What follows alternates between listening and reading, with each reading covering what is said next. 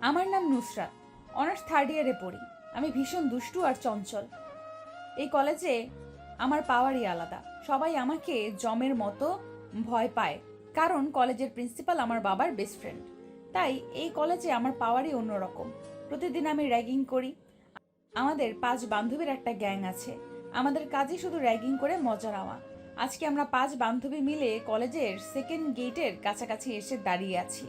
আমাকে আমার বান্ধবীর সাথে বলল, নুসরাত, আজকে সেকেন্ড গেটের এখানে এসে দাঁড়ালি কেন? আজকে কি কাউকে কোনো র্যাগিং করবি না? আমি বললাম, করবো তো। এই গেট দিয়ে যে আগে প্রবেশ করবে সেই হবে আজ বলির পাঠা। আমার কথা শুনে সাথী বলল, এই গেট দিয়ে তো তেমন কেউই আসে না। ফার্স্ট গেটে চল, ওই গেটে সবাই আসে। আমি বললাম, ফার্স্ট গেটে তো এতদিন র্যাগিং করেছি, আজকে সেকেন্ড গেট দিয়ে যে আসবে তাকেই র্যাগিং করব। কয়েক মিনিটের মধ্যে একজন সেকেন্ড গেট দিয়ে ভিতরে প্রবেশ করতেই সাথী বলল, ওই দেখ, তোর বলির পাঠা চলে এসেছে।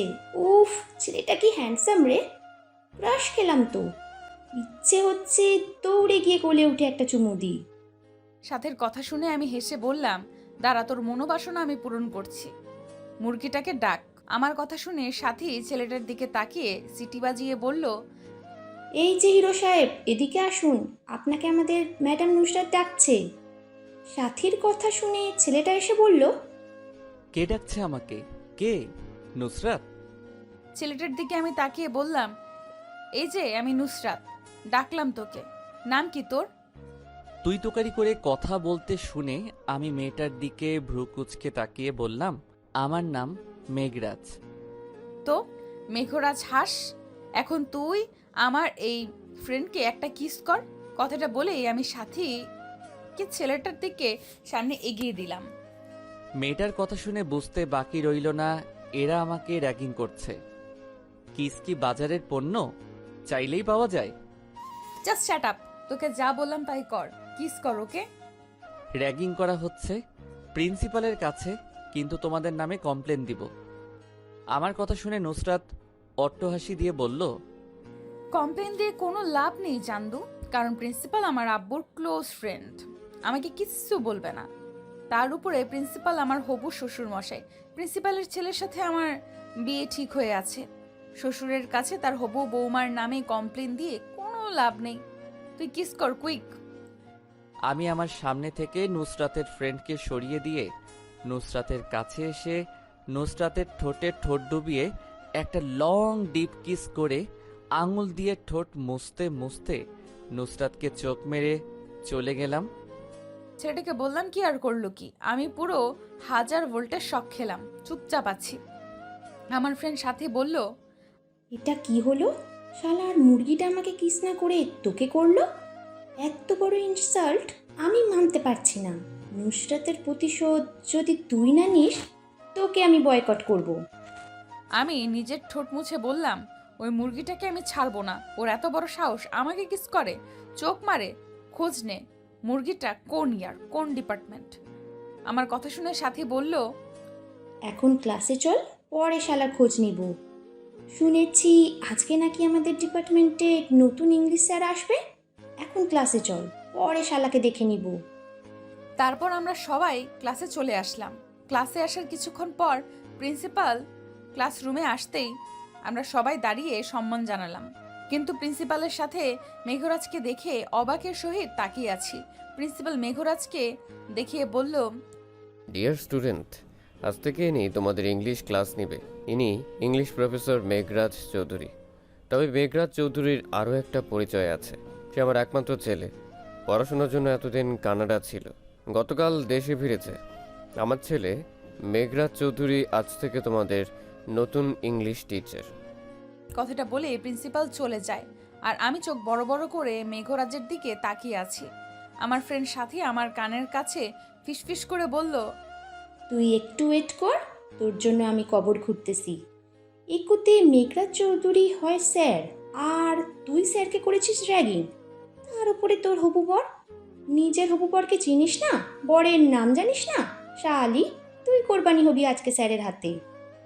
Sit down all. আমার কথা শুনে সবাই বসলো। আমি সবাইকে উদ্দেশ্য করে বললাম, as today is my first day in class, I will not take this class, I will get introduce to you.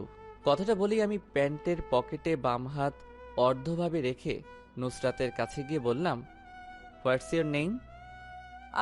আমার নাম Nusrat Jahan. Speak in English as it's an English class. My name is Nusrat Jahan.